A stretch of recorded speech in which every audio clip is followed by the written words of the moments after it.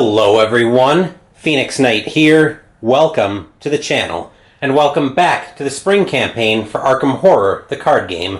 Earlier this week, we ventured to La Bella Luna to see if the house always wins.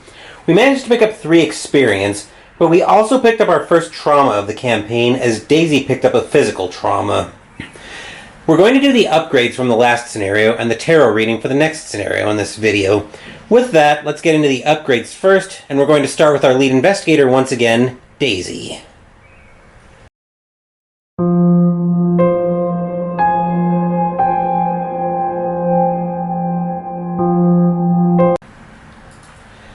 Hello, Daisy. In hindsight, I probably shouldn't have brought a deck that has its first 10 to 12 experience spoken for to a campaign that is notorious for being stingy with experience.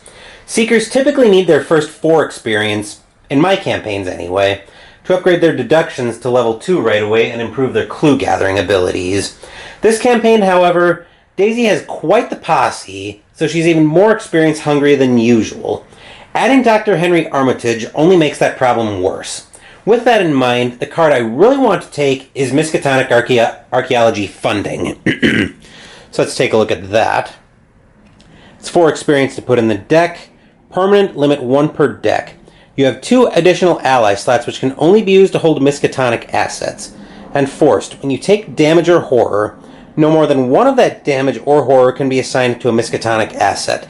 That would be very handy since all of Daisy's allies are Miskatonic, but we're 1 experience short from being able to take it. With that in mind, I'm going to do something I don't usually do. I'm going to take Charisma with the idea that I'm going to upgrade it to Miskatonic Archaeology Funding at the first chance I get. We've taken Charisma before more than a few times, but for the benefit of anyone who's brand new to Charisma, let's take a quick look. So Charisma is 3 experience to add to the deck, permanent, and it gives you 1 additional ally slot. When you turn on the charm, it could light the entire town. So we'll go ahead and get that sleeved real quick for Daisy here. And then that will do it for Daisy. Now let's go pay Stella a visit. Hello, Stella. Or as Daisy might be thinking after her first physical trauma, hello, Meat Shield. We badly need to open up her combat options, so we're going to upgrade one of her baseball bats to Old Hunting Rifle. I'm seeing a lot of these Survivor cards for the first time, so admittedly, I might be playing Survivors like Guardians or other classes, but I won't see that for sure until I play some of the other more traditional characters on the channel. As a light spoiler alert, I have a Guardian penciled in for the fall campaign, but I won't mention who the Guardian is or what the campaign is going to be yet. Anyway, slight tangent aside, let's come back to Stella and take a look at her Old Hunting Rifle. So Old Hunting Rifle is a 3 experience card, 3 cost to play, combat and agility on commit. Uses 3 ammo. As an action, spend 1 ammo to fight. You get +3 combat and deal +2 damage for this attack. If a skull or a tentacle symbol is revealed during this attack, the rifle jams. The attack automatically fails. Before you can activate this ability again, you must perform the following ability.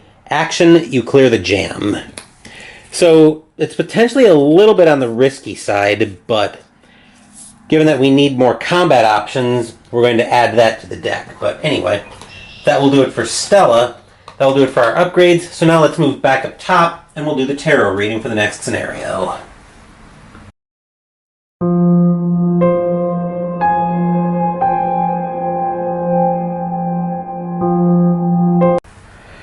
Now that we're back up top, we've got the tarot deck right here. So we'll go ahead and get into this tarot reading for the 3rd scenario.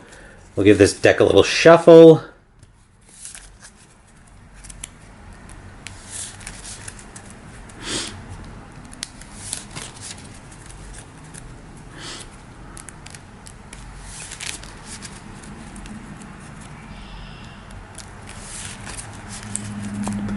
And to cut.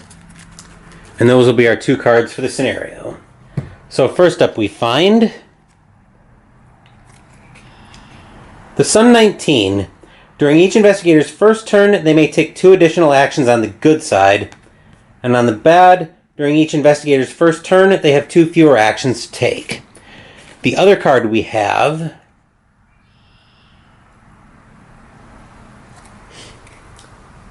The World 21. Each investigator not defeated during this game may remove one trauma of their choice during its resolution on the good side, or on the bad side, each investigator defeated during this scenario suffers one trauma of their choice during its resolution. Oh, well... So basically we get two extra actions and an extra trauma on defeat. Of our choice, thankfully, or we get to heal a trauma, but we have two fewer actions. I think the better play here is to leave the Sun 19 on its good side and flip the World 21. That way, I can actually start to use Daisy's sanity a little bit for mental trauma.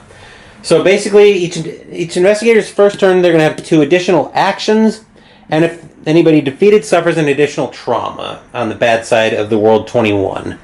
But anyway, that's what we're up against for the scenario, and that will do it for this video. Sunday, we're still on track to venture to the Miskatonic Museum. Thank you for watching the video. Please give the video a thumbs up and subscribe to the channel. Be sure to turn on notifications so you get my content. Be well, stay safe, take care of yourselves and your loved ones, and I'll be back with more videos in the future. Until then, take care everyone.